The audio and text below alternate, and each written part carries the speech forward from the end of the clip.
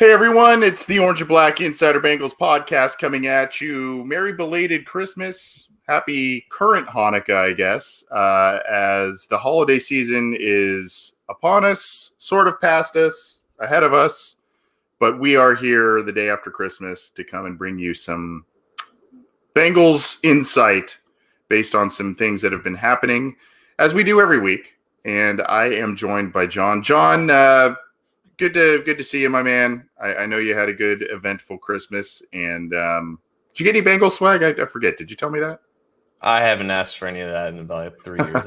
Not only do I have enough, there's just so much that you can pick. Like, yeah, I want some Bengals. Oh, that's right, you're the Bengals guy. So I try to ask for other stuff. Yeah, especially this week with what happened. Yeah, I got a couple things. I got a really cool shirt. I should have worn it on the air. It's pretty funny, pretty creative. But other than that, I didn't really ask for much either. So I didn't receive much, and I didn't give much either. I think I gave only one true Bengals thing to my brother. Other things maybe had some color schemes to it or something, but other than that, nothing specific. But we've got a lot to get to tonight and a lot to get to before our first. This is our final show of 2019, John. We've this show's now done. We have completed, I think, 4 full seasons on this show. Unfortunately, those seasons none of them have been a winning season, but that's okay. 2020 is ahead of us. It's a new year ahead of us. So we're going to talk about what's ahead for the new year in terms of what the Bengals should be aiming for as franchise goals. We'll be talking about the fact that they won last weekend despite not having a victory based on the scoreboard. And we'll continue our prospect watch list. John and I have a prospect each that we're going to talk about. We've had special guests come on in recent weeks to talk about the quarterbacks, but it's back to us playing armchair scout, if you will, and talking about some intriguing prospects coming up in the draft that the Bengals could be targeting, or just maybe, guys that could be fits or guys to keep an eye on, especially as bowl season is upon us. You can get this show on iTunes, Stitcher, Spotify, Google Play. You can get it on Megaphone. It's on iHeartRadio, obviously our YouTube channel. So subscribe there, get the show however you listen to podcasts, and all of our stuff is on cincyjungle.com. It's really great to see all of you joining us right after the holiday. We appreciate the support, and we appreciate all the commentary, positive and negative, about our show. And then obviously you guys interact with each other, which is pretty cool. As I teased here, John, very rarely does a team win when they lose, but I guess in the case of the Cincinnati Bengals and the fact that they lost to the Miami Dolphins this last weekend, they are now set to have the top pick in next year's draft. No matter what happens this final week, no matter who wins, who loses, the Cincinnati Bengals now have the number 1 pick. We want to get to that in a second, but in a way that only the Bengals can do, John, they almost didn't give what a lot of people wanted. They almost won a useless game against a then 3-win team. Probably the most, if not close to the most exciting game the Bengals have played this year. What was going through your mind when the Bengals put that thing to overtime and scored? God, it was what? 3 touchdowns and 2 2-point conversions in the final quarter? It was 16 points in the final 29 seconds, which apparently has never happened before. It was, coming back from a 23-point deficit in the final 11 or 12 minutes in the fourth quarter. It was when the Dolphins got to 35 that I messaged our boss, Jason Markham, that, I think they actually did this time. And I didn't get a response back from him for like 3 minutes. They're like, he's like, maybe. I'm just like, yeah, because he's as much of a pessimist as we are. But honestly, like it was so surreal because this was without a doubt their most important game in the last 4 years. This is the most important game since that playoff game that they absolutely blew against Pittsburgh because of the implications just surrounding it. The fact that they had a chance to clinch the number 1 overall pick without having to do anything the following week. And they were so close to doing it because I don't know about you, but through the first, 8 or 7 minutes of the first quarter, it honestly looked like they did give up. And I never, like throughout this year, I never once thought that this team was was on the verge of quitting. Like they've fought hard for 14 weeks this year. A lot of them ended up being close losses, but never once did I think that this team is actively trying to lose until I saw the first 7 minutes, because there's no way they should have came out of the gate that flat. And it honestly looked like they were, if not sending a message, just honestly tired of all the crap this year. And something clicked. I don't know what it was, but something did click either towards, the beginning of the third quarter, or maybe towards the fourth quarter, where this team just turned it on again. And this was a matchup that they should have taken advantage of. The Dolphins have, without a doubt, the worst defense in the NFL. Ryan Fitzpatrick had himself a good game, but he honestly is really dependent upon which defense he faces himself. And there was no reason for Fitzpatrick to completely light the Bengals secondary up the way that he did. So it was like, okay, the Dolphins, I guess, are going to win this one. And then all of a sudden, the craziest Bengals game I've ever seen before my two eyes is happening. I'm like, there's no way this can be happening. There's no way that they can look so bad in the beginning of this game, but just happen to fall into the first overall pick and then all of a sudden blow everything up in itself. And this is the second time in the last 2 times they've been in Miami that the game has gone to overtime. And of course, it ends in the most wackiest way possible, like it did the last time when Dalton was sacked in the end zone for a safety that ended up losing that game back in Halloween 2013. So it was, I've never been that emotionally invested in a game since the playoff game. And my heart rate was pounding because I didn't want them to lose, but honestly, like, it was just so surreal to watch it happen, because it's only this team. It's only the Bengals. It's only them that can make you go through 5 or 6 different emotions simultaneously while they're doing the most miraculous thing possible while also hurting themselves in the process. But at the end of the day, it's a loss. So that's really all that matters. Look, there are a couple, and we'll get to the number 1 overall pick and the implications and all that kind of stuff. Look, if the Bengals were to lose and were to lock up the number 1 overall, there were a couple thoughts here, and this was one that I had. If the Bengals were to lose and to lock up the number 1 overall pick to get whoever that may be, we'll talk about that in a second, at the top of next year's draft, that was the way to do it. They did it exciting. They came back. They fought hard. John, 3 touchdowns, 2 2-point conversions, and a recovered onside kick in the fourth quarter. That is ridiculous. It is absolutely ridiculous. I don't think I've ever seen that before. No. From any team, I like college or pro. I don't think I've ever seen a team be able to do that. It was utterly ridiculous. But like you said, I looked at the first 2.5 plus, maybe even 3 quarters in that game, and I'm like, this team mailed it in. This team absolutely mailed it in. They're not doing anything correctly. They don't. There are times when this team has traveled great distances and have not shown up. And I thought that this game was one of them. Well, they proved us wrong. They came back. You can say some of that stuff was in garbage time. Maybe the Dolphins took their foot off the gas when they were up. God, what was it, 35-18 or something to that effect? You can make an argument, and there's maybe some validity there, but the Bengals took advantage. Andy Dalton spread the ball around well. He threw, I think it was 4 touchdowns to 4 different receivers. So, kudos to him. A career day for him. Kudos to the Bengals for fighting back, but they got the result that many people wanted. The second thought before we get to the actual top pick implications, and if you want to chime in on this, John, I'd love to hear it.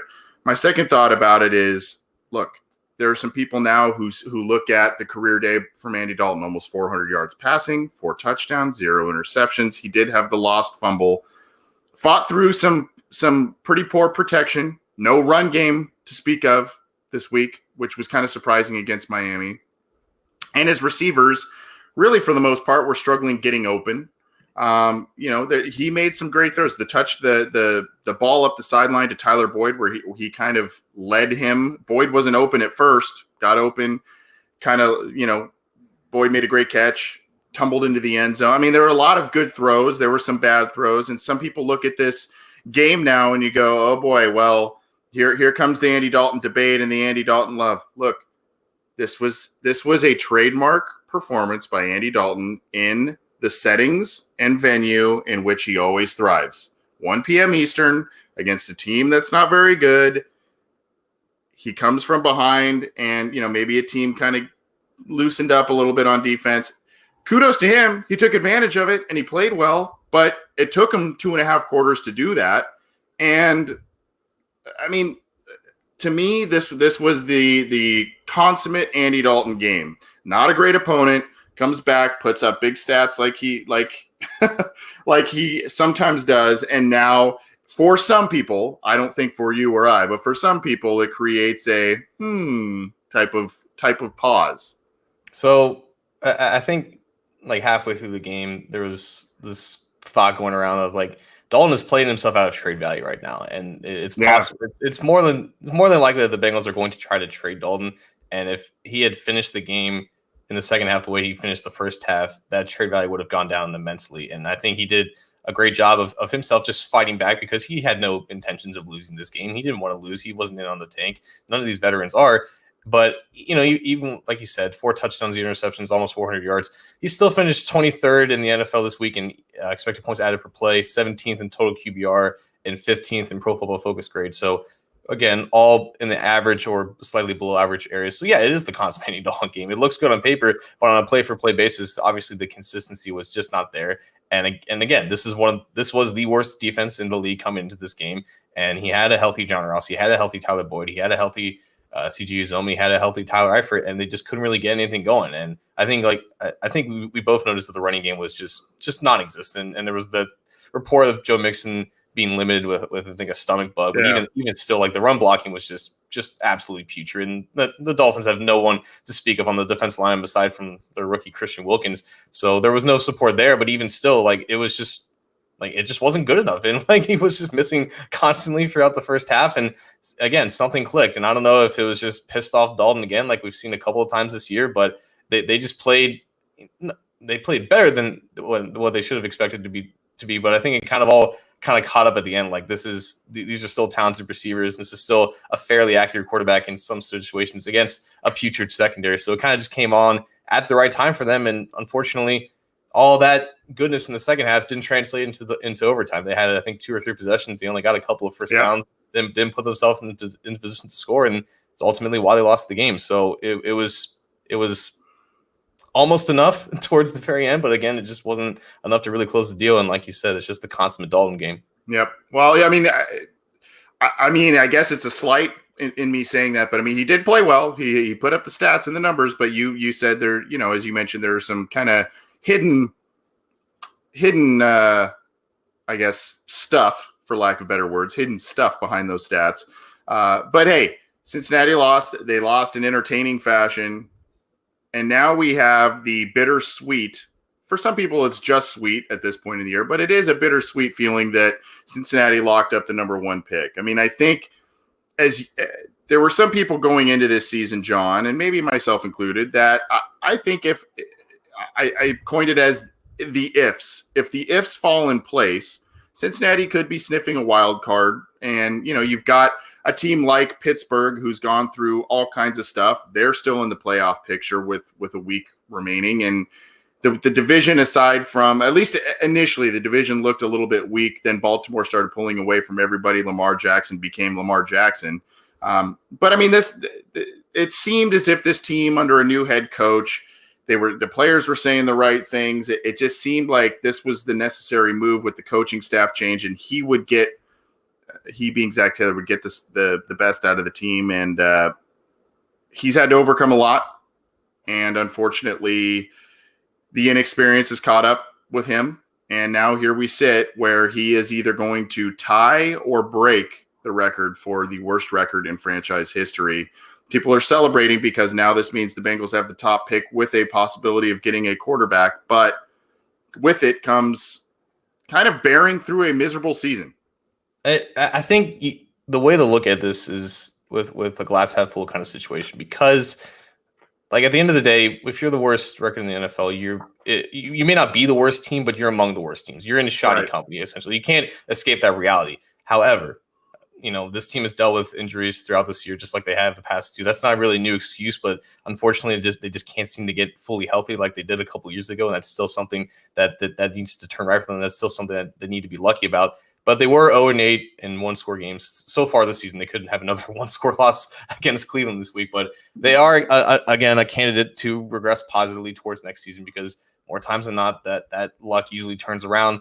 And again, they dealt with injuries, and this was just a roster that had been propped up to the best of its ability by an experienced coaching staff from under Marvin Lewis. And when you basically have no roster turnover, but a bunch of coach turnover, leading a bunch of inexperienced guys, you're going to end up probably with a substandard result if you're not fully healthy. So I think, I don't know, like this doesn't to me seem like the absolute worst team in the NFL by far. I think you can make an argument that there are a few other teams that have worse cases, at least going forward. So I think with the pieces that they have now, the amount of youth on the roster in general, and just the promising assets that they still have on both sides of the ball, I think you can make the case that this isn't the traditional 1-14 type team. It's more not necessarily bad luck, but just bad circumstances that all kind of piled together simultaneously.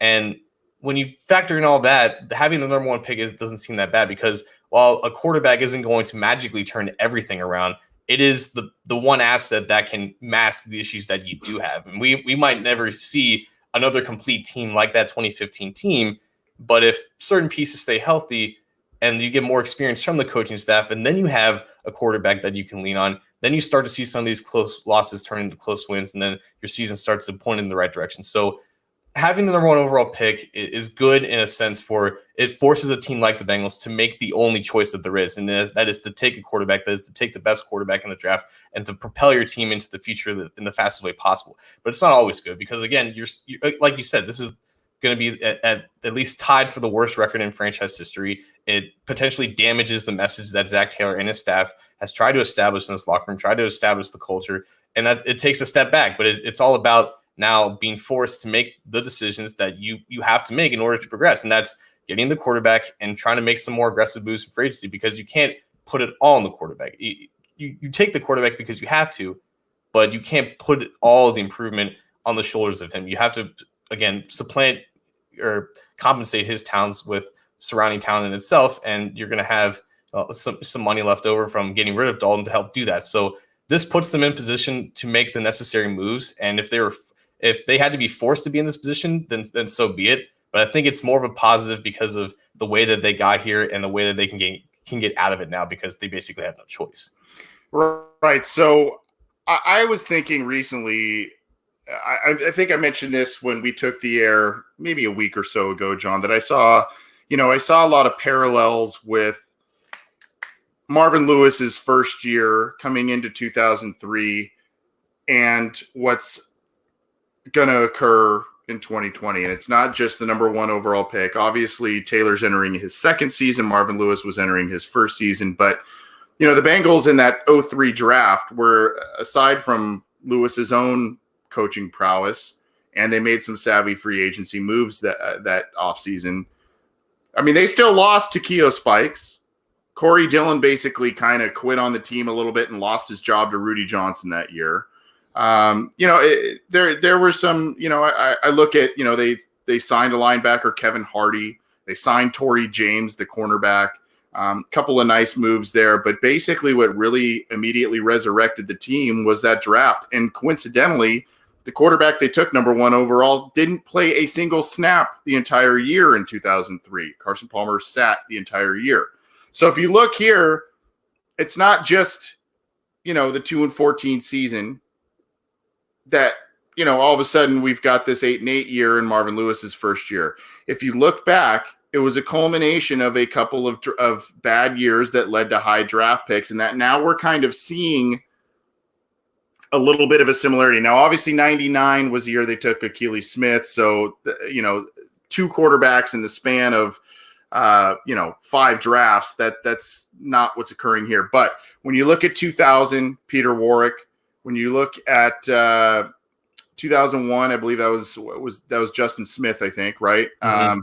And then 2002, I'm slipping here. 2002 was Levi Jones, I think. Yes. So, and then all of a sudden, you've got these guys, and you looked at, when the team wasn't playing well, you've got a Peter Warwick, a guy who was one of the most exciting players in college football the first couple of years. And granted, he never materialized too much with the Bengals, but all of a sudden, Marvin Lewis gets here. He finds a nice niche and has a couple of productive years for the Bengals. Justin Smith was already kind of productive for the team at early on. But, he comes in and ends up being still a linchpin for the defense, and obviously is improved and gets more accolades when Marvin Lewis arrives. And then Levi Jones, who was thought of as a gigantic reach in 2002, ends up becoming a Pro Bowl alternate under Marvin Lewis. And then, of course, you get Carson Palmer with that pick. So all of a sudden, what I'm kind of getting at here, John, is, we look at these picks now these past couple of years, the Billy Prices, who's been in and out of the lineup this year, John Ross, who, has kind of had a little bit of a similar career arc to Peter Warrick.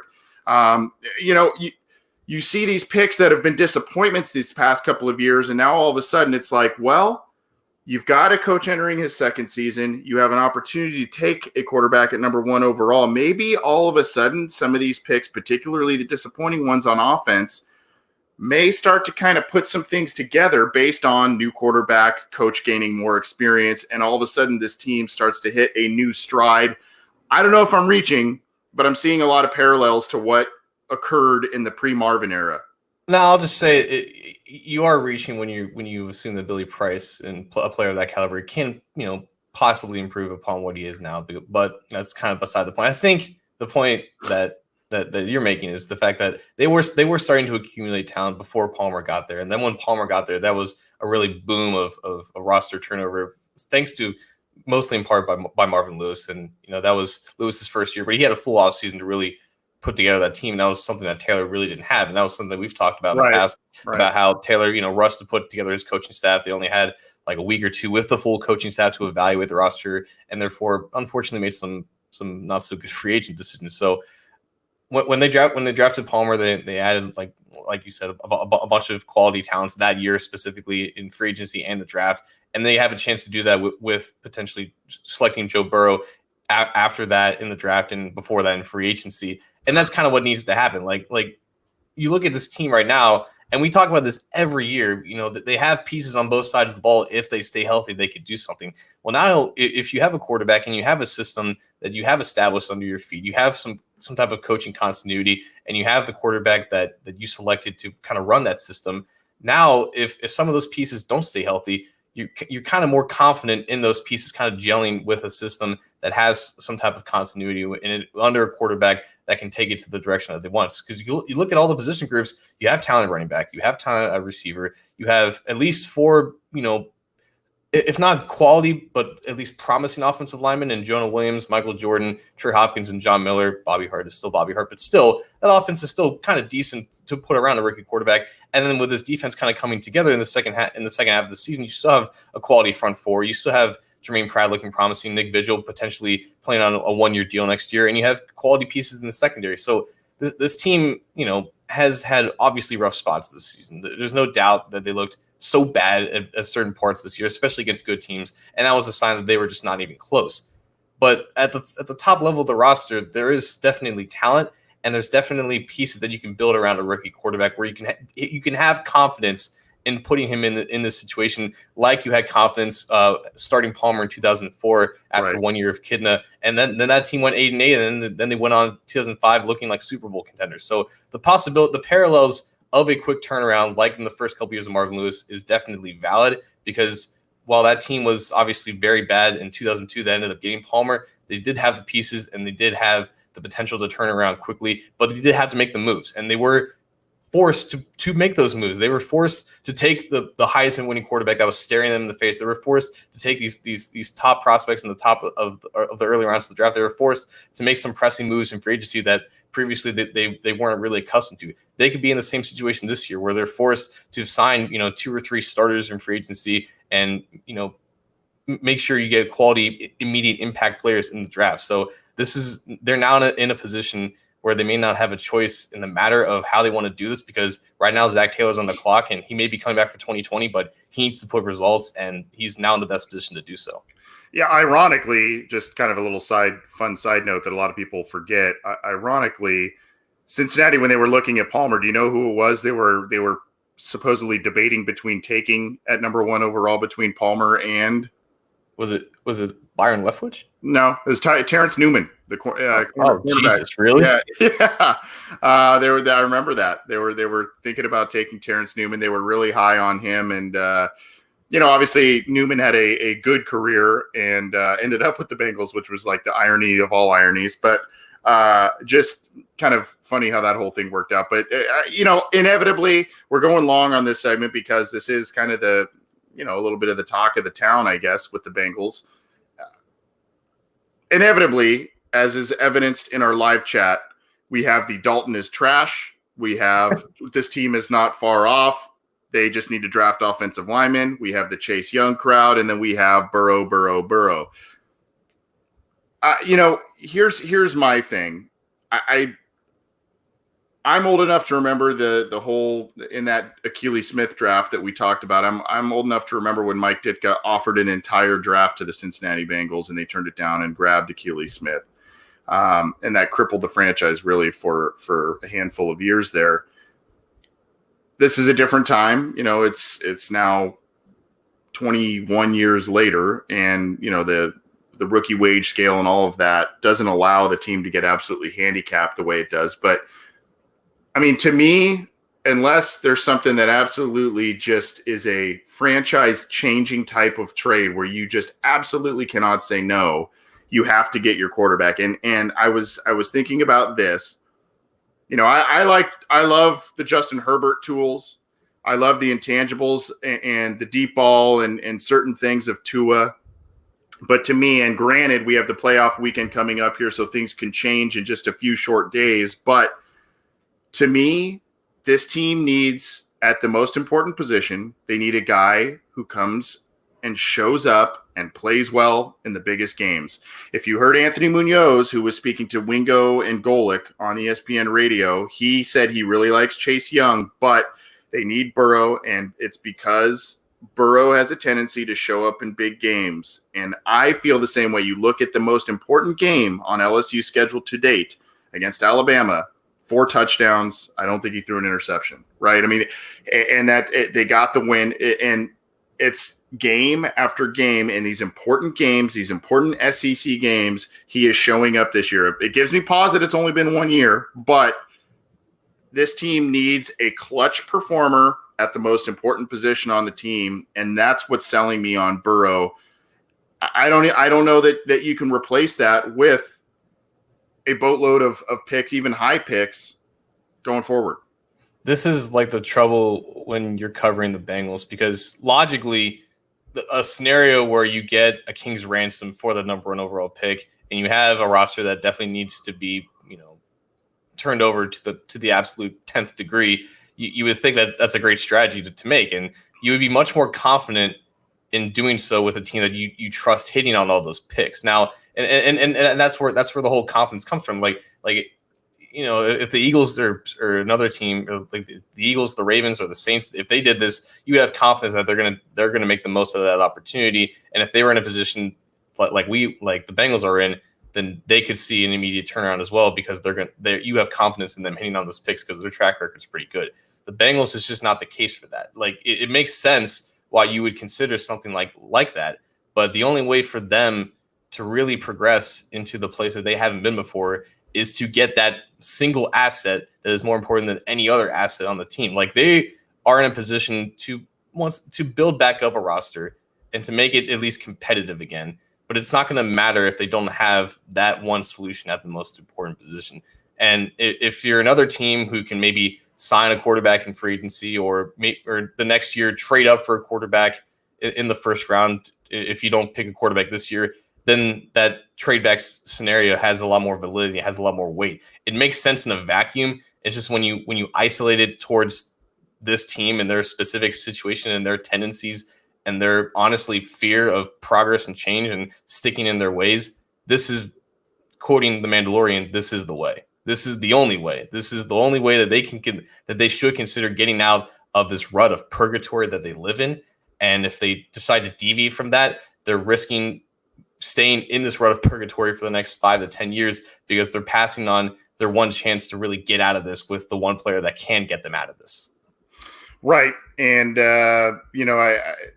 thanks to Rob Duncan in the live chat saying Burrow versus Alabama, 31 of 39, 3 touchdowns, 0 interceptions, close to 400 yards. Yeah, I mean, that's kind of a little bit of my point there. I mean, he's not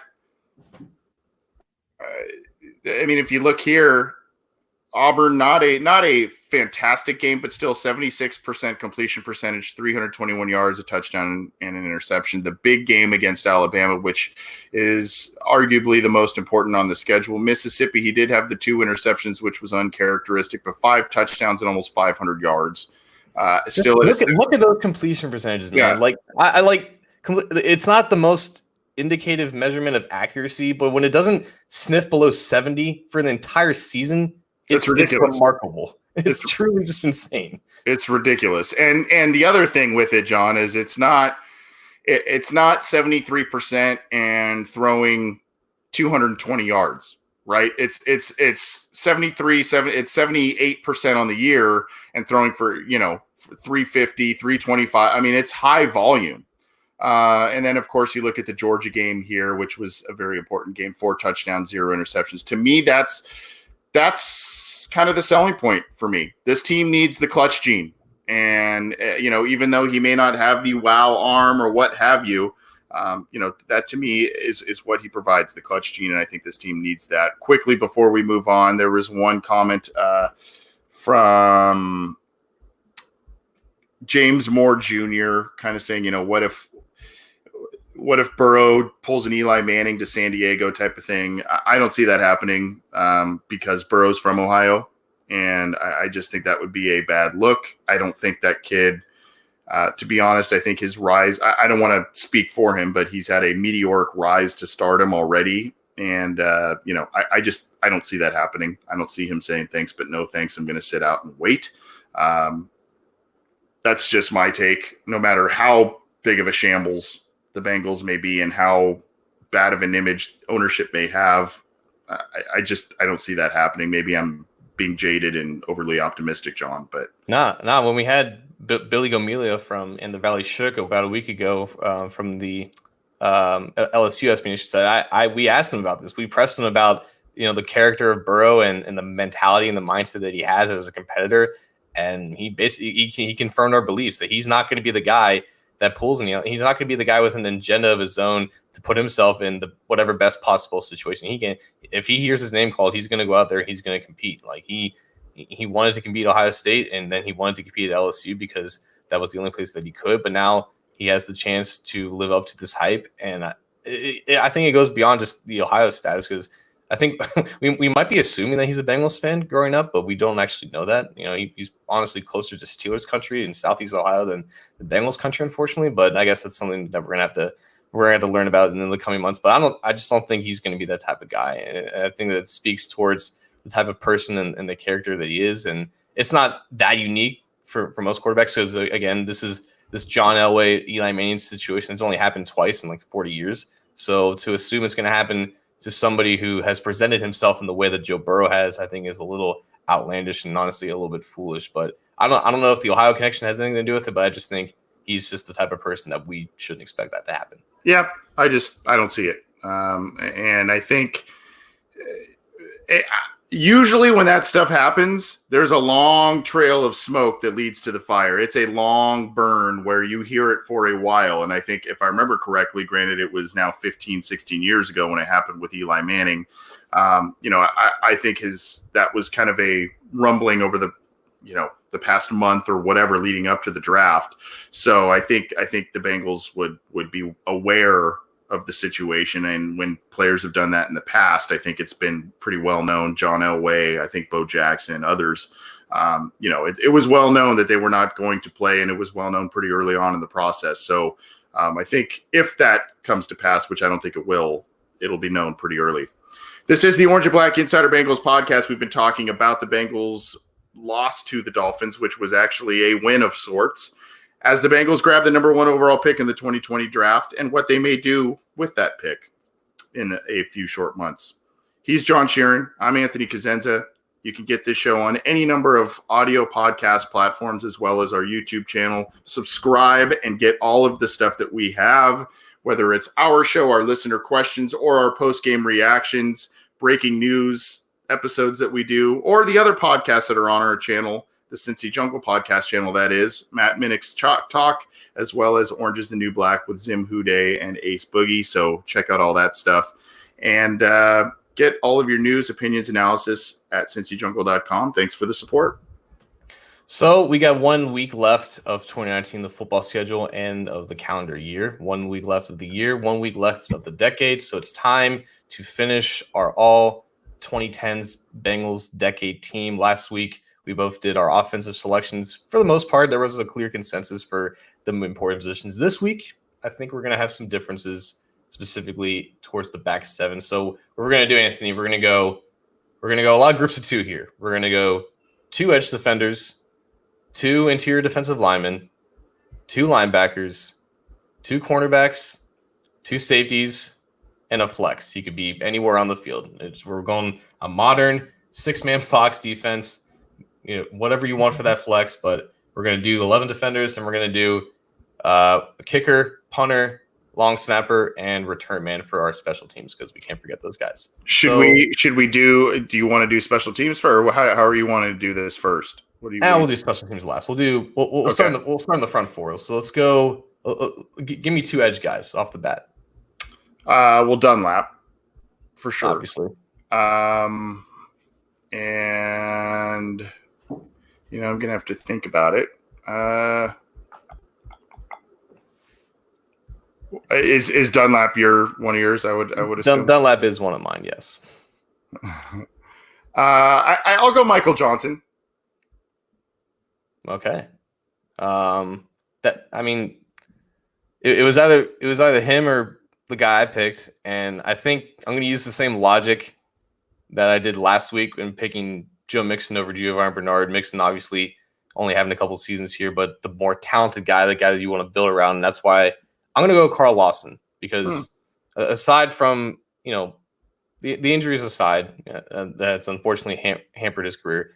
He's next to Dunlap, their second best edge rusher on the team now, and I think of the past 10 years. I think as a 4th round pick, as a guy who was as talented as he was coming out of Auburn, the ability to generate production as quickly as he did coming into the NFL as a rotational guy first, who was only a pass rushing specialist, but to take all of that advanced technique as a pass rusher and that brute upper arm strength and that just whipping out a hump move in his 3rd career game against the Packers, nonetheless, and just sacking Aaron Rodgers twice. That was really just a really coming alive of this guy is legit. He is for sure worth the hype of a 4th round pick who should have been drafted higher. And in 2018, when he was hurt for half the year, he only had, I think, like 1 sack during the first 8 games, but he was still leading in the top 2 in terms of pressure rate for the team, and still up there in the NFL. And this year, you would think that there would be some type of slowdown because he's coming back from a torn ACL, but as soon as he hit the field in 2019, he was right back where he started. And the sacks really came on towards the later part of this year, but the pressures were consistently there. So every time he's been on the field, he's been, and not an elite pass rusher, but definitely something that they definitely lacked across from Dunlap, and since Michael Johnson really went downhill. So Johnson's more the longevity guy, the more all-around guy, but in terms of their second best edge guy, I think it has to be Lawson. Yeah, and just before we move on, Lawson is a talented guy. I guess and he is set to break a single season career best for quarterback hits. I think he had 21 as a rookie when he had the 8.5 sacks. And then I think he's at 18. So a few more this week, and he could break it. And that's pretty impressive for a rotational guy. Pretty impressive number. I know the pressure rate is very high. Unfortunately, just the sack number hasn't hit. I guess the thing also with Johnson for me, it's not just the longevity. He did other things. Granted, he had a couple of real big years of sack totals, but he was in those really good Mike Zimmer defenses. He was very good at setting the edge and playing the run. I know that's not ideal out of a defensive end, but you need that. And that's what made the Bengals defense, part of what made the Bengals defense very formidable. And he also was a guy like Dunlap who, because of his immense height and wingspan, knocked down an insane amount of passes. And that is a stat that often goes overlooked between those two guys, because those are stats that often stall out drives. But I don't think you can really go wrong either way. I think Johnson maybe more readily comes to mind for people, but Lawson, could be on a pretty high career trajectory. Yeah, when Michael Johnson was good, he was definitely an asset. So Yeah. let's go inside now. I guess we know one interior defender. So Well, aside from Gino, who's the guy next to him?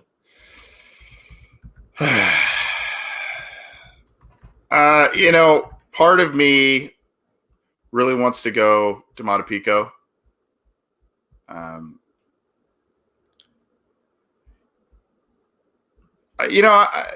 Come on. Who I think I'm going to go with? Well, I guess I'll go Pico. I'm tempted to go Pat Sims. I'm really tempted to go Pat Sims. Wow. Yeah, I always really liked Pat Sims. I thought he was a very underrated player for this team. I'll go to Matapico. I was going to go with him too, just because, again, very, very similar to Johnson, where in today's NFL, he's not the guy you want as a 3-down player, but when he was good, he was one of the best. I think one of the most unheralded players on this team. Definitely a locker room leader, someone that the fans captivated towards. But he just did his job. And when Gino was really coming along, he was also still playing at a high level. He played here a long time. One of their better 4th-round picks of the Marvin Lewis era, an era filled with great 4th-round picks. So kudos to him. Great career. But yeah, he might get a ring this year, man. Wait, who's he playing for now? He's with Baltimore now, so he might get a ring this year. I forgot about that. Yeah. Jesus. Yeah. Well, wasn't he with the Broncos in 20? No, he was still with the Bengals then. Last year he was with the Broncos, right? And this year the Ravens picked him up mid-season, so he's playing for him. All right, so now we're in a little dicier territory. We're gonna go. I honestly want to. I'm not sure there are 2 linebackers that are worthy of being on an all-decade team, but I think we know one, and his name is Montez Burfict. Yep. And the second guy, I debated this a lot in my head, and I ended up with Vincent Ray. And honestly, it's similar to Pat Sims to me, because it's a guy that when he was at his best, he would come in situational spots, whether it be an injury or whether it be in sub packages, and he would just out of nowhere have this like really productive game. I remember, I think it was the 2013 game that went to overtime against Baltimore. He had like 15 tackles, and there were like 10 of them were stops, and that he might have had like a turnover or 2 in that game. He was just out of nowhere capable of these surprising performances. And obviously, towards the later part of his career, he was completely ineffective. Whenever he came onto the field, he was a complete liability because he could barely move his hips at that point. He ran like a 5-second 40. He was never the greatest athlete, but at the peak of his athleticism, when he was put in good situations, when he did have guys like Pecco in front of him to take on blocks, he was a guy that just kind of got the job done in not a flashy way. And that's really just that's how their linebackers were. Like at a certain point, if Vincent Ray was your most productive linebacker for a certain stretch of games, that's the reality. That's just the nature of how bad your linebackers were. So at the very least, he brought some sense of stability as a reserve, as a special teamer, but a guy who could just make a couple plays here and there. And honestly, there's Raymond Luga as well, and maybe. I'm just struggling grasping at straws of picturing a competition between anybody else besides Vinny Ray, but I think he's the guy that has just the cleanest case out of all the bad cases. Right. And by the way, there are some people in the live chat saying, John and Anthony, a couple of youngins, what about Spikes and Simmons? Guys, this is an all-decade team, 2010 through 2019. So we're not going that route. We're doing the current decade that is now being passed on. Obviously, we could go all the way back and talk about Bill Berge, and we could talk about all these guys if we wanted to do it. This is an all-decade team for 2010 through 2019 because this decade is ending. So that's just for a little additional clarification for folks. And I guess it's my pick for the other linebacker. I'm going to go Mauluga. I guess another kind of just – one of those lifetime achievement awards, I guess, in a lot of respects, when the Bengals drafted him, I was, especially where they drafted him in the second round, I was ecstatic because I saw a lot of him at USC. I saw a guy who was physical. He made a lot of game-changing plays for the Trojans defense when he was in college. And I just saw a guy that was going to come in and bring that Steelers-esque type of swagger to the Bengals defense. He flashed it every once in a while, but I think what ultimately happened at the NFL level is that it became apparent that he was a bit limited in what he could do at the NFL level, and he was masked a little bit by Brian Cushing, Keith Rivers, Clay Matthews, those guys on the Trojans defense that were flanking him. So, a good career, or a pretty good career. I expected multiple Pro Bowls when the Bengals drafted him. I thought that was just going to be their guy. And he was their guy. He was on the team for a long time, but, made a couple of wow plays, but never really was what he looked like in college. And, kind of a shame, but still a solid player who was a contributor on a number of great Mike Zimmer defenses. It really seemed like he was like Marvin's guy, like Marvin's answer to like his next Ray Lewis. And unfortunately, I think he just kind of came into the league a little bit late, and he played, more in the early 2000s. I think his career would have been better. And unfortunately, they tried to make him into a pure Mike linebacker, and unfortunately just wasn't the fit. So the potential was there, but it was just not the greatest fit, but still a decent player at times. But yeah, before we just move on real quick, and I hate to speculate and I hate to do this, but Mike Holbrook, who is talking to us in the live Facebook chat, says, who was the linebacker who was really good but had a huge problem with alcohol? Unfortunately, I think that was the rap. Well, there was Odell Thurman, who had a problem with drugs and other stuff, but I think there was kind of some rumblings with Mauluga having some problems with alcohol and whatnot. And unfortunately, that's, I don't know the specifics, but that was kind of always a little bit of a rumor with him, but still a good career with the Bengals. Yeah.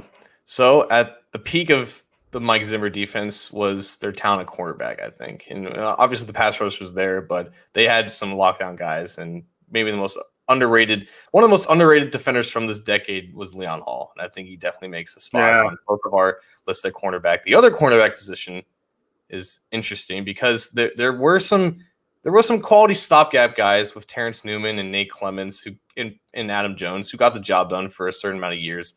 But again, I'm deviating more towards just pure talent and who produced at the minimum of 2 years of solid production. And I think I have to put William Jackson up here because that first season that he had in 2017, Pro Football Focus listed as a historic season where he allowed a pass rating under 40, which pass rating is whatever, but it's still, he was locked down that year in his first year of playing a position that's really tough to translate from college to pros. And he had a slow start in 2018, but he really started picking it back up in the end of last season. And then he had another solid, steady year this year. So the ball production just hasn't really been there. And I think that's a testament to more so of the entire defense in general.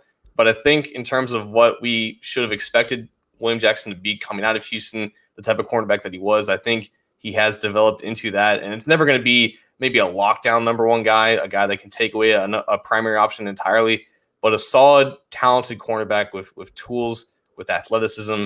I think he deserves a spot on this list. So you're going Leon Hall and William Jackson. Okay. I am going to go a little bit of a different route. And he only spent 3 seasons with the team.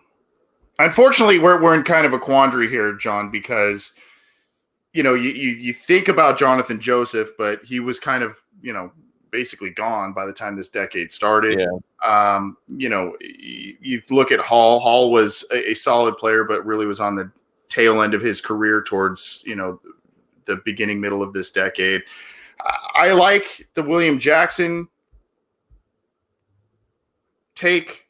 Part of me really likes Dre Kirkpatrick for this designation. I'm tempted to go Terrence Newman, though. Wow. Yeah, I really am. And I'll tell you why. Because, and Newman frustrated at times, but 5 interceptions over the course of 3 years. not terrible. Uh, 36 passes defensed over the course of three seasons. Um, he had the big, if you remember, he was the guy who had, I think, the big fumble recovery to beat the Packers in 20, I think it was 2015. There are, or maybe that was 2013. Yeah, it was 2013. Yeah. So there were a number of different kind of moments with him that, you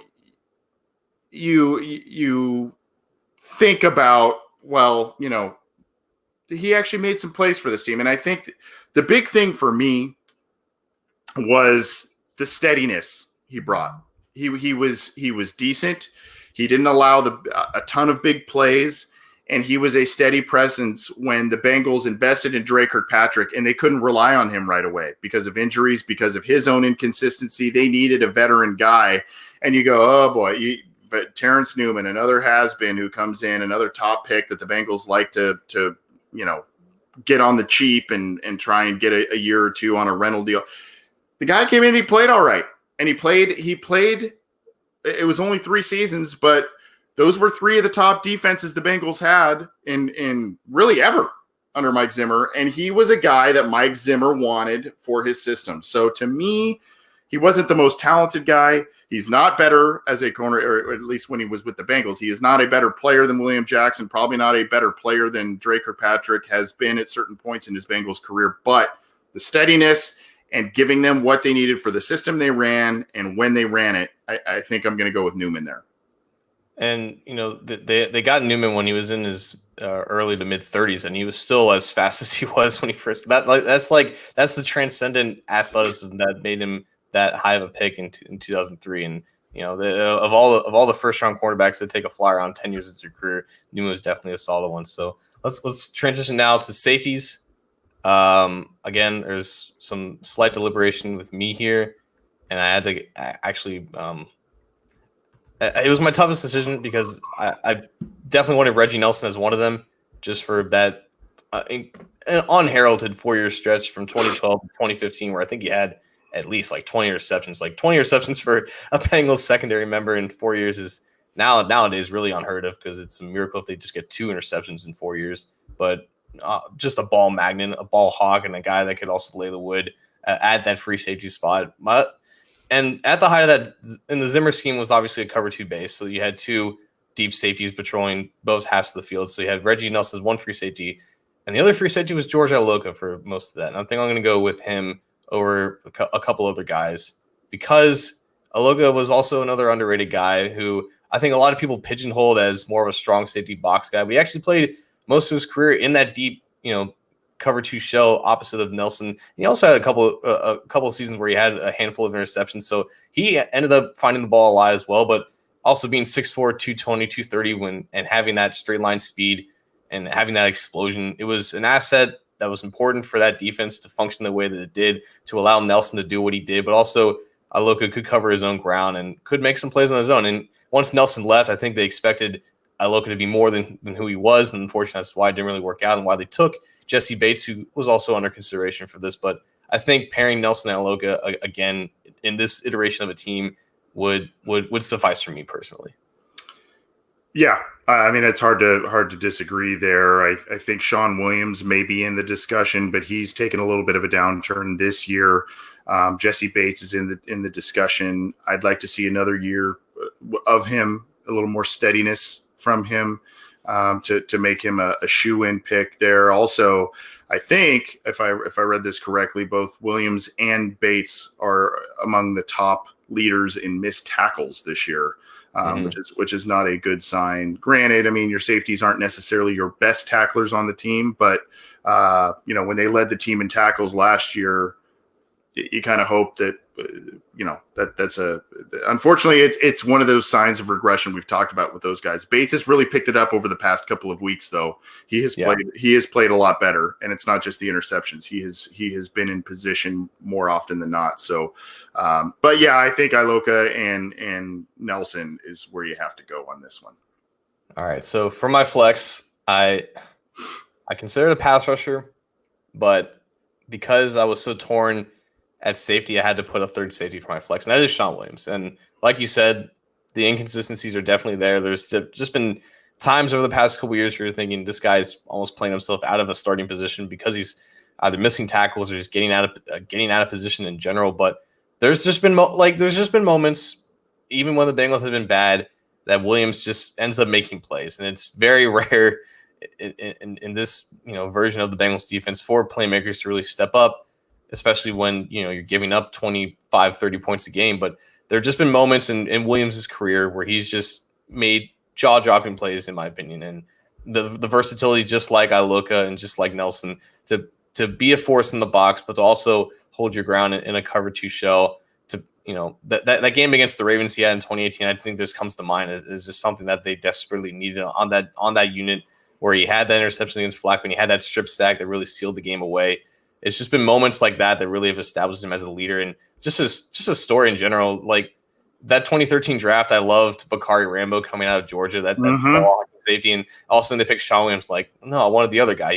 I wanted the guy that got a lot of receptions, but obviously Williams has ended up being the much more productive player. He's obviously lasted a lot longer, but then working up to a second contract in the 2016 offseason, working himself into being a solid starter. And I know this season hasn't been the best for him, but I think his overall work has spoken for himself, and his versatility, I think, gives him a good spot at this flex spot. So I've gone back and forth a little bit, in terms of, do we want to do this truly schematically? Do you want to just throw in a guy that, it's just an extra player who was just a good player and you want to add him in there? I like the idea of Lawson. I even like a little bit the idea of Sam Hubbard. He's had 13 sacks in 2 seasons now. That's not too terrible. He's a guy in there. Williams, for me, Darquez Denard was a guy I thought about for a flex, just because of actually schematically the slot guy, the guy that can, he's physical, he's quick enough, and you've seen him on tight ends, you've seen him on big receivers, but 3 interceptions in 6 years played now, that's not really doing it for me. I'm going to go with the true kind of rover guy. I'm going to go with Bates. And I like the idea of, a guy. I think they need to free him up a little bit. And I think you've seen that maybe in these past couple of weeks. I think, when he's been tasked with overcompensating for some other issues, or was tasked with overcompensating with some other issues beginning of the year, perhaps the same way Williams has, in terms of what the linebackers were or weren't doing, and needing to just kind of be more responsible. And, I think you've seen some changes over these past couple of weeks, and that's where you've seen the uptick in performance by him. So I think just schematically and just kind of having a fun flex player on defense, a guy who can create the big play, I'll go with Bates.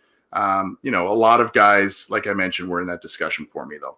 I'm not going to argue with that pick there. So we got some solid defenses, I think. So So now we're going to run through special teams, because I think we're not going to have much deliberation here. Kicker, I'm just going to go with Nugent on the fact that he's just been more clutch over Randy Bullock, who, well, we didn't even talk about the fact that Bullock hit a 57-yarder this week, right, after missing 2 52-yarders that were called back. So right. I guess honorable mention to Bullock for that one special moment, but punter Kevin Huber, long snapper Clark Harris, kick returner, because I didn't have him in my defense, I'm going to go Adam Jones. And just the fact that they were so committed to Brandon Tate for some god awful reason that whenever Jones came in there, you just knew it was going to be something much better than what Tate could have done. And like one of every 3 of his returns would go for some 50-yard game or a touchdown. He was just so good and so unfortunately underutilized, because I think they obviously valued his play on defense and they wanted to reserve him there, but he would provide such a spark. It was such a stark contrast to what Brandon Tate did, so he gets the returner nod. Yeah, it's funny you mentioned Adam Jones. I'm going, oh man, maybe I should have found a place for him on defense. He's got to be the return guy. Guy, and he deserves a place, even though he's had twists and turns in his career. He deserves a place on this all-decade team for sure. And I think returner is apropos, even though he had limited chances. He was explosive as a returner. So never once fair caught. Yeah, I may. Yeah, I know. I may deviate a little bit. I may go Bullock for the Really? kicker spot. Yeah, I don't know. I mean, it's kind of just like, well, how many big kicks did Nugent really make? I mean, he doinked one in against the Seahawks in 2015, I guess. I don't know. I don't, because the Bengals didn't really win big playoff games and whatnot. I don't know. I just don't remember a ton of big news. I wanted to put Jake Elliott, but I don't think that would be coinciding with the rules here. So no, that would not work. So I mean, yeah, you could go either way, really. But yeah, obviously Clark Harris and Kevin Huber, those are gimmies. Yeah. So that about does it for our all-decade team. We're gonna have that posted up on the post later this week. But you want to run through your team, or you want to move on? Sure. So I had Michael Johnson, Carlos Dunlap, Geno Atkins, D'Amato Pico, Vontez Burfict, Ray Maualuga. I actually had Terrence Newman. That may have surprised some people. Terrence Newman out as a corner. And I think we both agreed on Leon Hall. Flex guy was Jesse Bates for me. And then the safeties were Aloka and Nelson. So we disagreed with – I had Lawson over Johnson. I had Ray over the other Ray Maualuga. I had William Jackson over Terrence Newman. Sean Williams over Jesse Bates. And Nugent over Fat Randy. Okay. And then special teams, we almost pretty much agreed. Yeah. I had the kicker difference. Do you remember your offense? Just to recap it, put a bow in this thing. I had Dalton, Mixon, Green, Boyd, Jones, Eifert, Whitworth, Bowling, Cook, Zeidler, and Andre Smith. Okay, I think where I had most of those same people. I think where I deviated, I went Gresham at tight end and Eifert as the flex guy. And then did I say Gio at running back? I think I had Gio as the running back. And then I think I was pretty much the same everywhere else, right? Across the line and all of that. Did we do the flex position was a fullback, so we didn't really do that. Right. So yeah. That's the all-decade team. By the way, guys, I'll tell you again, John Branch asking about Odell Thurman. All-decade, 2010 to 2019. That's what we're not. That's what we're trying to do. Did he even make the all-2000s team? I know. 2010 through 2019. It's the all-decade team because the 2010s are coming to a close. Good stuff from John. That was his brainchild. It was fun reliving some of those players. And let us know what you think. We'd love to hear your guys. I think they want to talk about the future. Yeah, we're getting a lot of that. Yeah, we're going to get onto that. We are going a little longer than expected, but we're going to get onto that and then move on out of here. But this is the Orange and Black Insider Bengals podcast. You can get the show on iTunes, Stitcher, Spotify, Google Play, Megaphone, iHeartRadio, YouTube, and all of our stuff is on CincyJungle.com. So subscribe to our channels and join us live when you can. For all of our episodes, we'd love to have you join us either through Cincy Jungle's Facebook page. So you got to go like Cincy Jungle and get notifications of when we're streaming live. Or if you subscribe to our YouTube channel, you can get the notifications as to when our next episodes are as well. John, we've been joined. I mentioned this at the beginning of the episode. We have been joined recently by some members of the SB Nation Network to help us preview Justin Herbert, Tua Tagovailoa, and Joe Burrow most recently. Before that, you and I gave our takes on a couple of different players. So we are going to continue our 2020 prospect watch. We've done we did Michael Pittman. We did the three quarterbacks. I did Michael Pittman, the wide receiver of USC, and gosh, I'm blanking on my second guy, but Kenneth Murray, the linebacker. That's right. Kenneth Murray, the linebacker. Thank you. And then the three quarterbacks that were done by other folks. I've got another guy on tap. You did Samuel Cosme, the offensive lineman of Texas. And then you had was it a corner? It was a linebacker for Mississippi State. That's right. That's right. Honestly, I'm forgetting his name. This is he was Junior. Junior. Yeah. Let's call him Junior. Yeah. And then the three quarterbacks. So who do you have on tap this week? So I wanted to do something to celebrate the college football playoff. Willie Gay Jr. By the way. Yes, that was it. Yeah. So for this week, college football playoffs. I wanted to do a prospect that not necessarily a consensus first round pick, because I think the first round discussion for the Bengals is a little not moot at this point, but I'm more intrigued now for the guys who could be around the second, third, or fourth round, and maybe a guy that is someone to watch for this weekend who could be on their radar as one of the picks after potentially Joe Burrow. And I'm going to go with AJ Terrell, the cornerback out of Clemson.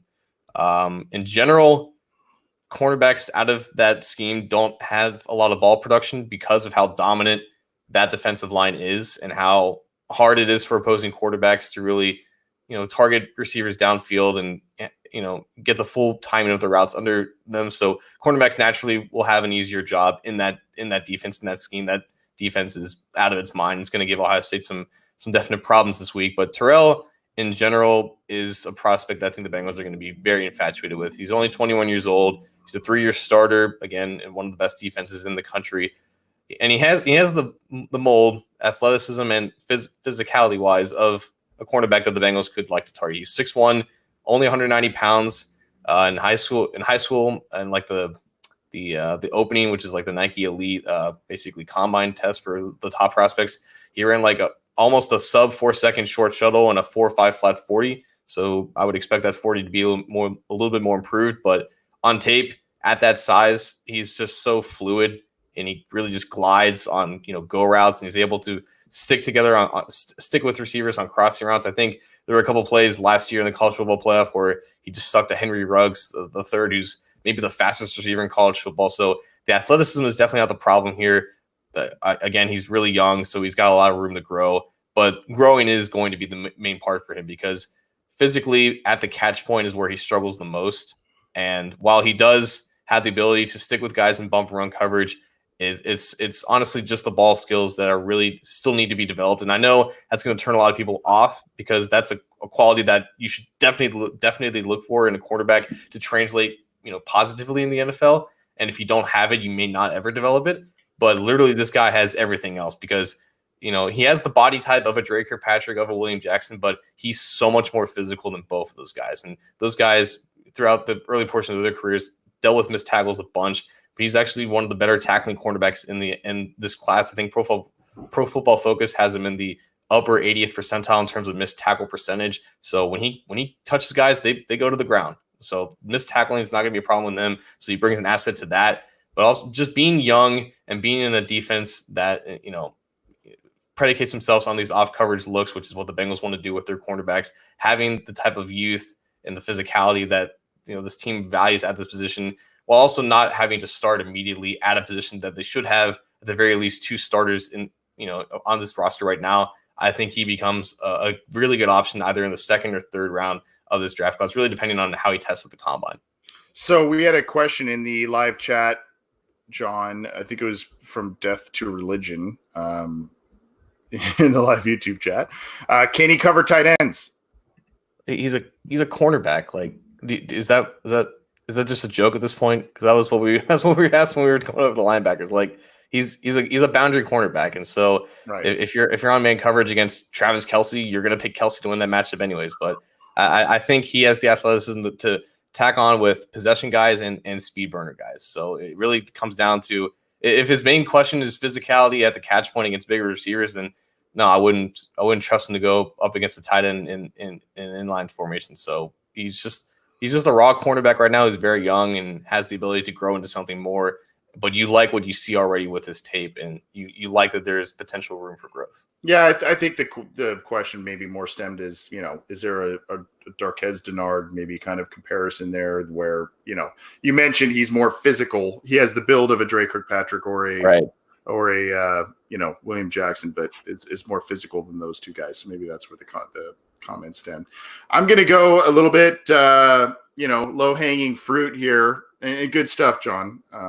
Appreciate that insight. I'm going to go a little low-hanging fruit, and it's because the Bengals do have the top pick in the NFL draft, and I'm going to go with Andrew Thomas, the tackle out of Georgia.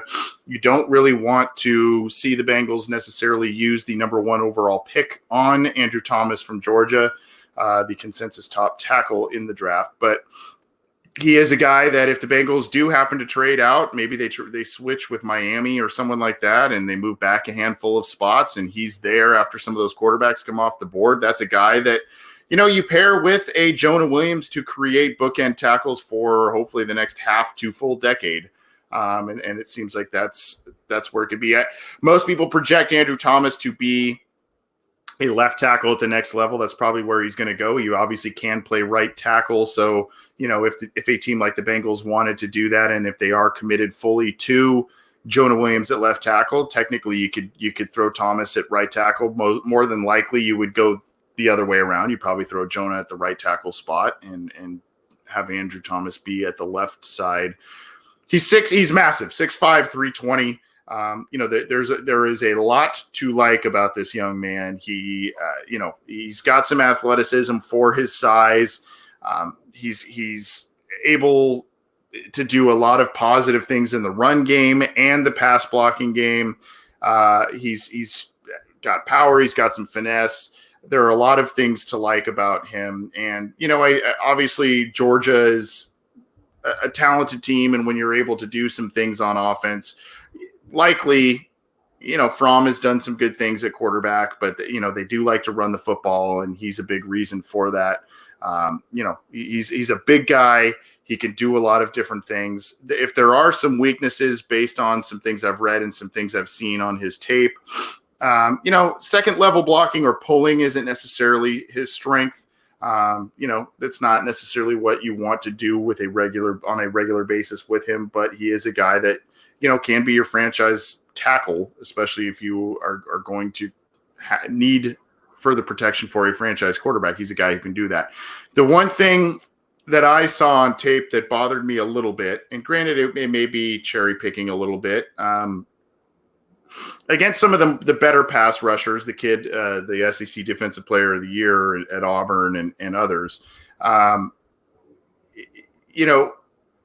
there were times when edge rushers, he almost caught them as he was going back into his stance. And at the college level, because of his size, and he's athletic, but because of his size, he's able to kind of do that and get away with that. He's able to kind of be able to let a guy go into him, and then because of his size, he's able to swallow that pass rusher with relative ease, or he kind of dances with him out, and maybe there's a little bit of a semblance of pressure that comes of that. But I saw him kind of catch edge defenders at times rather than really strong arming them out of the way, really engaging with some strength. Now that there is a lot of that on his tape, but at times against some of the better pass rushers, I've seen him kind of let them come to him, and he just kind of grabs them as they come into them. And that was something to me that, I wasn't overly enamored with, but if it remains effective at the next level, so be it. I think, as you get to the elite of the elite in terms of edge rushers in the NFL, your Von Millers, these other guys, Khalil Max, if you were to face some of these guys, that they may provide a problem, as they do with many offensive tackles. They may provide a problem for a guy like him if he's going to utilize that kind of catch maneuver. And some of these, I noticed that some of these guys that gave him a little bit of fits in that way were a little bit of the smaller, quicker edge rushers, not the other mammoth edge rushers that, he can kind of out muscle. But he does have very long arms, which is what you want out of your offensive tackle. He's got immense size. He's got immense strength. He's got basically everything you want. There are just a couple of nitpicky things that you see on film, but all in all, you're probably looking at the next great tackle. And that is a big commodity, John, in today's NFL, because there are not a ton of great NFL tackles. It used to be tackles grew on trees and you'd be able to get bookend tackles and settle your line for years and years and years. That's not really the case anymore. So to me, if the Bengals do not go quarterback, this is the guy that they probably, you talk about Chase Young. I would say in terms of overall talented prospects in the draft, Chase Young is probably the most talented player in the draft if he does decide to come out. Then you've probably got this kid, and then Joe Burrow is probably, in terms of overall talent, That's probably what you're looking at. But Burrow being the quarterback is obviously much more valuable. But this kid's one of the most talented players in the draft, and it shows. So the hug technique is something that David Bakhtiari really mastered over the past few years, and that's literally just catching pass rushers off the edge in your stance, and it's something that Cedric Ogbuehi tried to do, but we saw it didn't work because Ogbuehi, while he had the length and the size to do it, he didn't have the core strength to withstand bull rushes and stunt power in his stance. Thomas, you don't have that worry. And, Willie Anderson will be the first to tell you that it's not always about first hands, it's about first low hands. So the ability to catch guys, but also get leverage with your hands is most important. I think that's something that stands out with Thomas. While he may not have that striking, hands technique and in pass protection, he has the size to absorb basically everybody. And it's scary because I don't think he's going to test like Trent Williams, because Trent Williams was a freaking alien at the combine. Not a lot of people remember that, but he moves very similarly like him. And I know he's not the greatest at pulling and blocking in space, but that explosion and getting out in space, it's just remarkable for someone who's 6'5", 325 to have that power to withstand, power in pass protection, but also to move guys so easily off the line and also get out in space so quickly. It's rare. And it's like you said, there's a lot of debate with the offensive tackles in this class. I know people are going to like Jedrick Wills out of Alabama and maybe Tristan Wirfs out of Iowa as your top guys, and maybe come down to preference. But Thomas just seems like a guy for a team that needs an offensive tackle. You just don't overthink it. He has everything that you want. And while there could be based off preferences who's better between the three, he's just a guy that you probably won't be able to go wrong with. Yeah, and pro scheme, I mentioned the Georgia. The Georgia offense and what they like to do. It's a pro scheme, so he's pretty ready right now. There might be a little bit of, some growing pains here and there, but for the most part, like you said, don't overthink it. He's a guy that should be a relatively safe pick, and should be able to help a team immediately. And like I said, if it's not a sexy pick if you're the Bengals, and if you are the Bengals, you don't want to pick this kid number one overall over some of these quarterbacks and stuff. But it would be sensical if they move back out of that spot. Again, not a popular choice to be made there, but if they were to do that and move back a handful of spots and this kid's there, that's where you go. I think with Burrow, Young, maybe even Tua off the board, that's where you go to solidify that offensive line. Absolutely. So those are our next in the 2020 prospect watch. As we continue these prospect profiles, we'll be doing them, but we'll also be bringing in some people that have the inside scoop, with whether it's within the SB Nation network of sites or other websites, draft websites, that sort of thing. We'll be bringing in some special guests as we continue these all the way up until the draft. A lot of interesting players to look at and to talk about, and a lot of possibilities. And the Bengals, if they're going to have a crappy year, at least the draft's going to be exciting because they'll have high picks in every round there. So, we'll see what happens. We're going to get out of here though. And John, before we do, we've gone a little long, but, if you were the Cincinnati Bengals, New Year's is upon us, right? And part of New Year's, aside from drinking champagne and maybe giving a loved one a smooch at midnight or whatever, part of it is making goals and resolutions for the upcoming year and trying to stick to those goals. I guess with 2020 around the corner and this being our last episode of 2019, what are maybe a couple of goals by the Bengals, their fans? What are some resolutions that you would say should be on the slate for fans, the team, the players, whoever?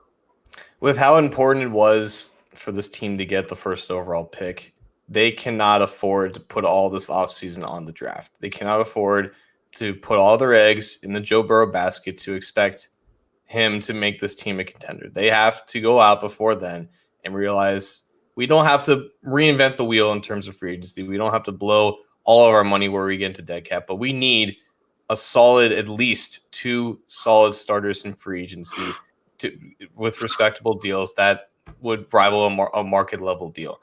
it's a reality that they have to face because of how much of a failure this past offseason was. The fact that they're even in this position now is a testament to how bad their plan was last year. They have the time, they have the continuity in the front office to reassess where they are and to make a solid plan to start building this roster into a contender where it can be comfortable for a franchise quarterback to thrive as soon as possible. They can't rely on the 7 or 8 picks, whatever they're going to end up with in this year's draft, to really revamp this roster. It's just not going to be enough. There needs to be more noticeable turnover in the form of free agency. And they did make, at the start of free agency last year, they did make some solid steps. They signed John Miller. They were thinking about signing Shaq Barrett. But as we saw, it just wasn't enough. And obviously the retainment of Bobby Hart and CG Zoma to deals like that really put them in a hole for whatever flexibility that they had. But they need to come out with a solid, actual, legitimate free agency plan to support their first round quarterback, their franchise quarterback, because if they do the same thing that they did last year, not much is going to change overnight for them. And I obviously that would be what they would want to do. Yeah, I've got a few, and that's a very good one, John. And I'm going to kind of ride your coattails a little bit on this. And it's kind of a macro idea that gets broken down into, more micro segments, but you got to have a plan and you got to execute the plan. You have to. And for this team, and it's especially imperative for this team because of the limited resources that they have on the management side, on the scouting side, they need to know who they want. They need to identify guys early. They need to have a long-term vision going. Mm-hmm. They need to say, look, no matter what, we're either trading out of this spot or we're keeping the number 1 pick and we're drafting Joe Burrow, we're drafting whoever. And this is the plan that we're going to utilize beginning this year in terms of building around that young man. They need to devise a plan. They need to execute the plan, and they need to do it. They need to be meticulous with it because of the limited resources that I mentioned. If you have, your margin for error as the Cincinnati Bengals is so razor thin because of the limited personnel that you hire, that you have to be meticulous and you have to be dead on. And if you're going to largely rely on the draft, you have to be able to get guys you have to have a higher hit rate, and you have to make sure that you've identified guys that you feel can come in day one and help this team right away. And that plan also has to do with who you keep and who you don't keep, what you're willing to part with, whether it's Andy Dalton, AJ Green, and for what price or what you're willing to do there. So to me, being meticulous with a plan and executing a plan to right the ship right away is imperative. For the Bengals themselves, I think the other side of the coin, you have to excite the fan base. You have to engage the fan base. You have to do something. This fan base is passionate, but they are pissed, but they're also apathetic, and they're not showing up to games. They're not supporting the team, and I can't fully blame them. They're not spending a lot of money on stuff, memorabilia or what have you. At least from what I understand, Ken Anderson got slighted in the Pro Football Hall of Fame. You need to do something to excite the fan base. Drafting Joe Burrow, that'll excite people, but that's not enough. You need to do more. You need to sign more players. You need to make this team a legitimate, competitive contender right away. And not only that, you need to make the fan experience a higher end. That's going to take a long time. That's going to take baby steps, but there are things that they can implement in order to do that. So to me, engaging the fans is a must, and doing things that will engage the fans is a must this year. And on the flip side, another resolution for the fans, if they are doing things that appear to be moving in the right direction, you don't want to give them the full benefit of the doubt right away and say, I'm right back in. But if they're making moves, if they sign a franchise, if they draft a franchise quarterback, if they do some things that excite you as a fan, then be a little bit more open to it than you may be at this moment in time is maybe my advice. And that's me included, because